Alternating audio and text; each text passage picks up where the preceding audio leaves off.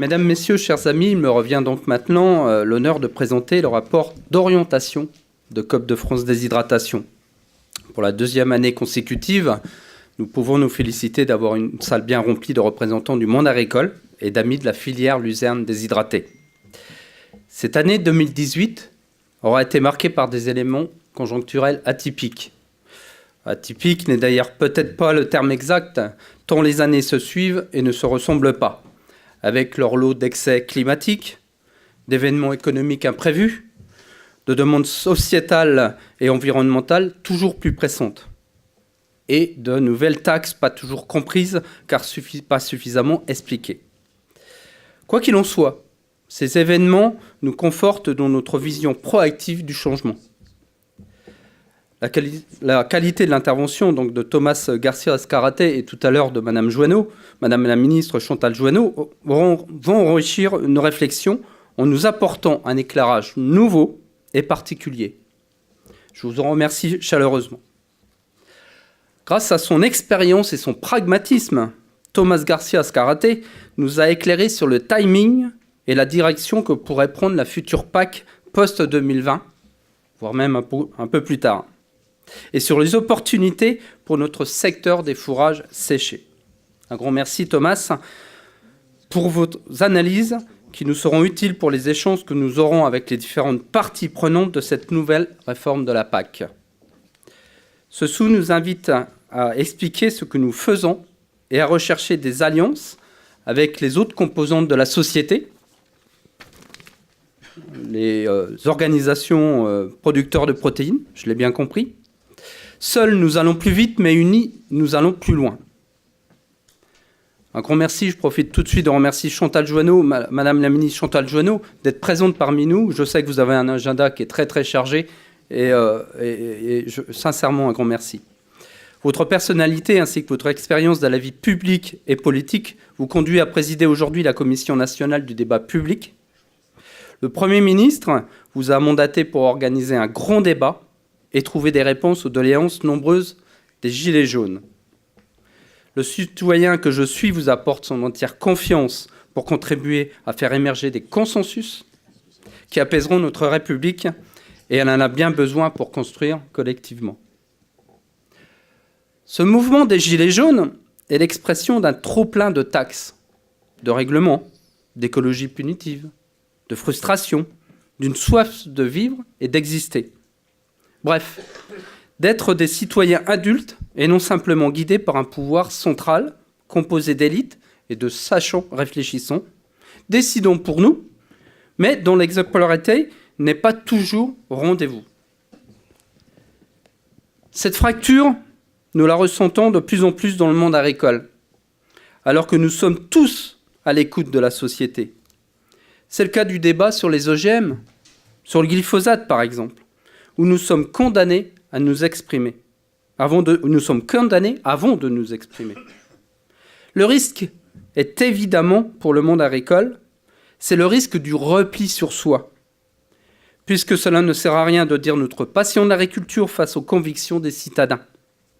Le risque, c'est de finir par mépriser la presse, qui ne nous accorde pas d'attention, mais qui s'entiche d'historiettes sympathiques. Le risque, finalement, c'est que les paysans soient les futurs gilets jaunes. Alors, je vous le dis, ce n'est pas la voie que je vous propose, et ça n'a jamais été notre attitude passée depuis plus de 25 ans. Soyons unis pour dire de manière claire, simple et positive ce que nous voulons pour construire l'avenir de l'agriculture et de notre belle France, soit la fierté de ses habitants pour ses paysages, ses produits agricoles de qualité et son art de vivre ensemble.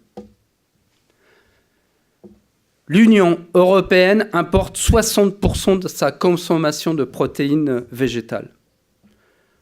L'augmentation de la production européenne de protéines végétales est stratégique pour de nombreux secteurs agricoles, car il y a un vrai risque de rupture d'approvisionnement. Cassons ainsi une chaîne de valeur pour des produits carnés et laitiers de grande qualité. En effet, l'analyse à long terme au niveau mondial conduit à une pénurie de protéines face à la demande. La Chine est un acteur clé de ce débat en important toujours plus de soja et achète aujourd'hui 70% des tourteaux de soja exportés dans le monde. C'était 60% en 2015.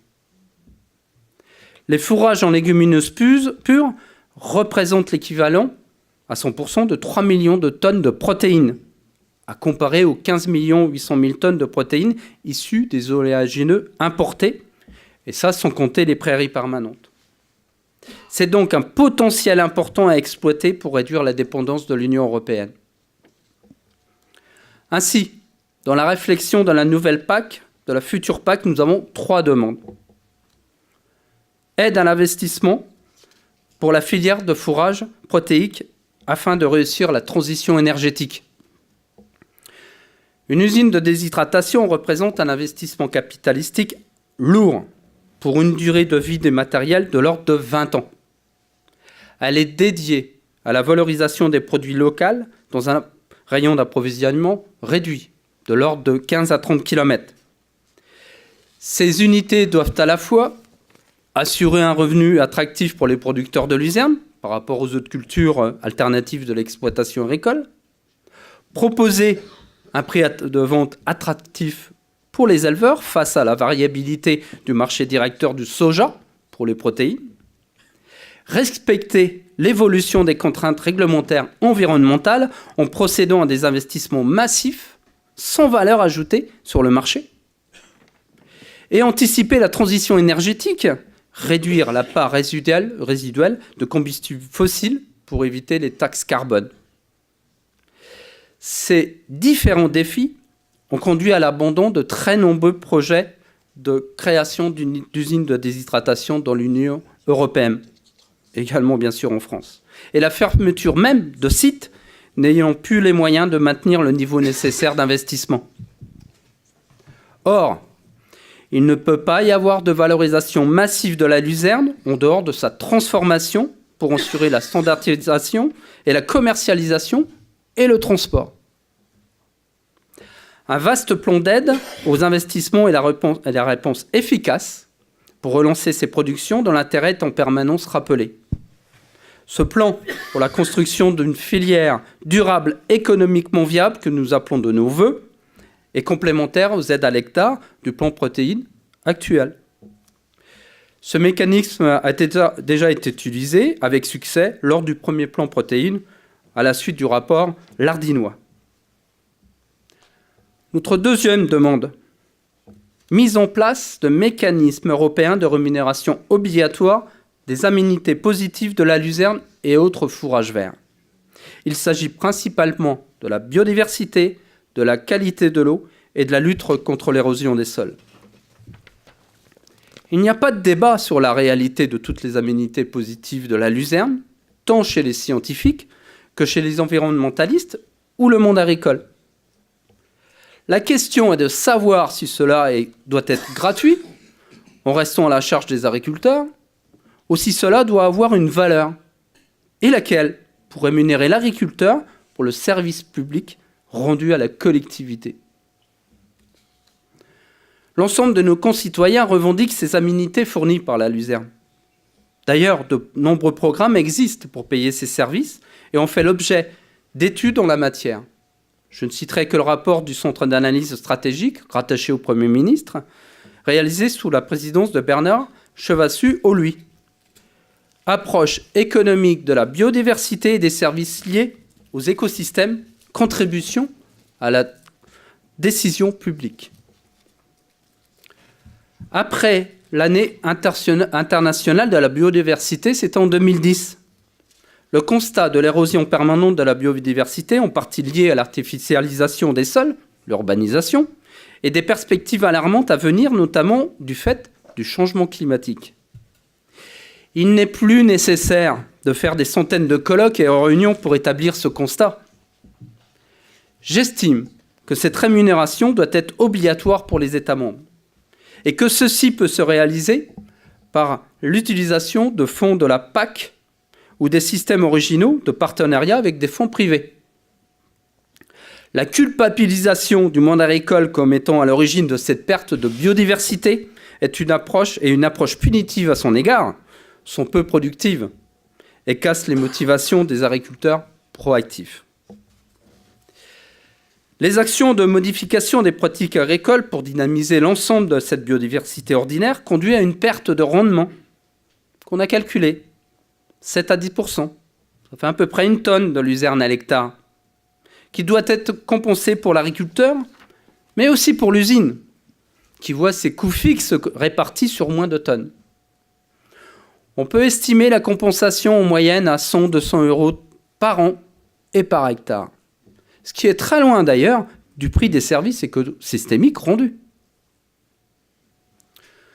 Notre troisième demande, fléchage de fonds de recherche dédiés à ce secteur, dont les cultures sont orphelines de la recherche privée, ce qui conduit souvent à une perte de compétitivité.